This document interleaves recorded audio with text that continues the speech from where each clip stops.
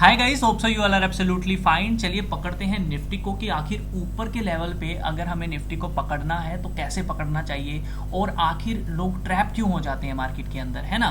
तो चलिए मैं आपको बताता हूँ। देखो, मार्केट यहाँ से काफ़ी एक तेजी दिखाई। अब तेजी दिखाने के बाद होता पता क्या है, हमारे माइंड में सिर्फ एक चीज़ आ जाती है, सेल सेल सेल। अरे सेल क्यों करना है, जब वो ऊपर जा रही है तो बाय की तरफ भी तो सोचना चाहिए ना।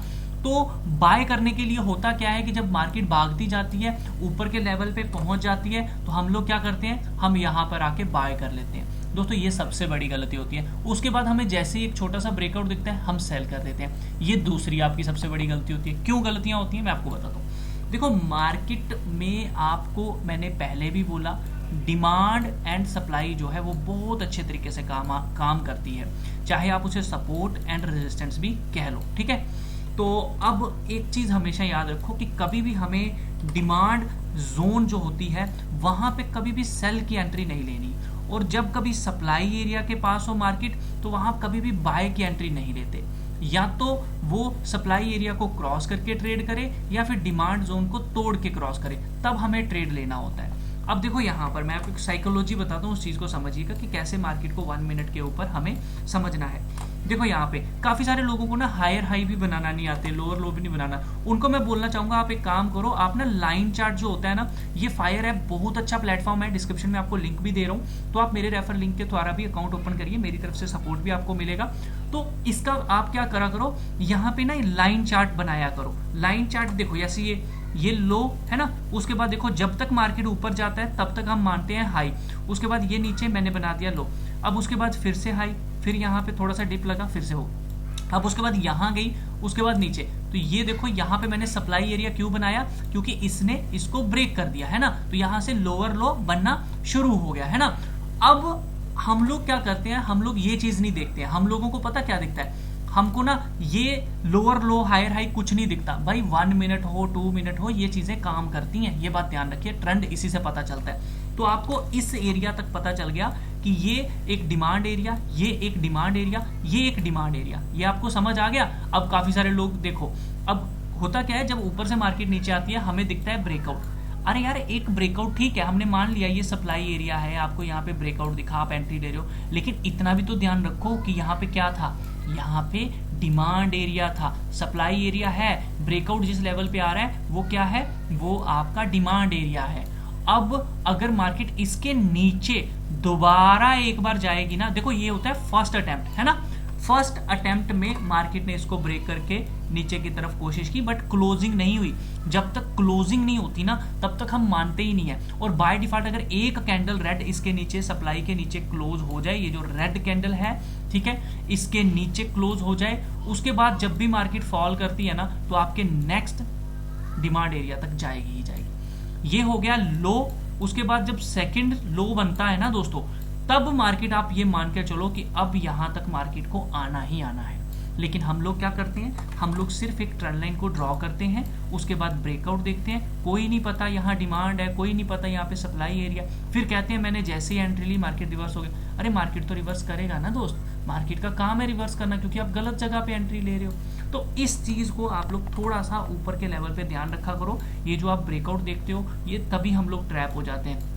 अब अगर देखो यहाँ से एक आप ये मान के चलिए कि अगर ये ब्रेक भी हो जाता है तो कितना टारगेट मिल जाएगा आपको, यहाँ तक 649 तक का टारगेट आपको मिलेगा। ये ब्रेक होगा तो यहाँ तक टारगेट मिल जाएगा। ये ब्रेक होगा, अगर ये लेवल ब्रेक होता है, ध्यान रखो, ये लेवल ब्रेक होता है, तो फिर देखो क्या मूवमेंट मिलती है आपको। फिर मूवमेंट मिलेगी आपको यहाँ तक 609 की मूवमेंट मिलेगी इस जोन को। बट क्या इसको देखें, अब हमें थोड़ा सा एक डिमांड एरिया के साथ साथ सप्लाई एरिया भी देखना चाहिए। तो ये मैंने सुबह से बनाया हुआ है, देखो सप्लाई एरिया। अब आप इसको करो मिनिमाइज, तो आपको दिखेगा कि भैया अगर आप ये मान के चल रहे हो तो ध्यान रखो, ये एक आपका क्या है, ये एक सप्लाई एरिया है, तो इसके नीचे आपको लगता है मार्केट जाने देगी? नहीं। तो अब आप यहाँ पे क्या करोगे, आप लोग देखो यहाँ पे ये देखो सप्लाई सप्लाई सप्लाई सप्लाई, कितनी बार यहाँ पे सप्लाई एरिया आया, यहाँ पर सप्लाई एरिया आया, यहाँ पर सप्लाई एरिया आया।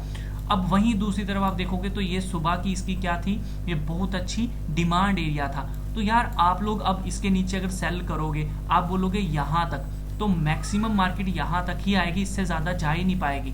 तो मार्केट यहाँ पर अगर आप नोटिस करोगे, मार्केट ने काफ़ी अच्छी कंसोलिडेशन इस एरिया पे दी हुई है। आप बोलोगे मैं इसके नीचे भी सेल करूँ, मार्केट तब भी आपको चांस नहीं देगा।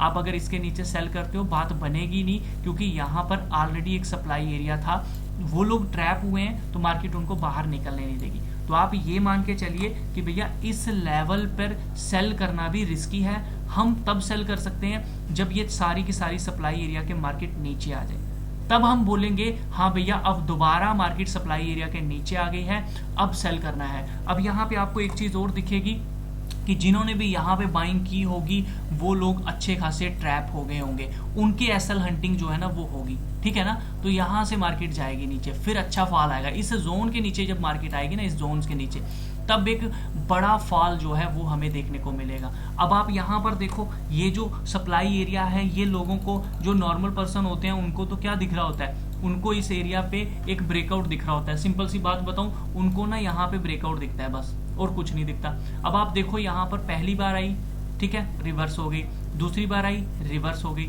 अब ये थर्ड अटेम्प्ट है इसका। इसके नीचे कैंडल क्लोज होने दो, सप्लाई एरिया के नीचे, डिमांड एरिया के नीचे कैंडल क्लोज होने दो। देखो क्लोज नहीं हुई, फिर यहीं से रिवर्स करने की कोशिश करें। क्यों रिवर्स करने की कोशिश कर रही है, ये दोबारा ऊपर जाएगी।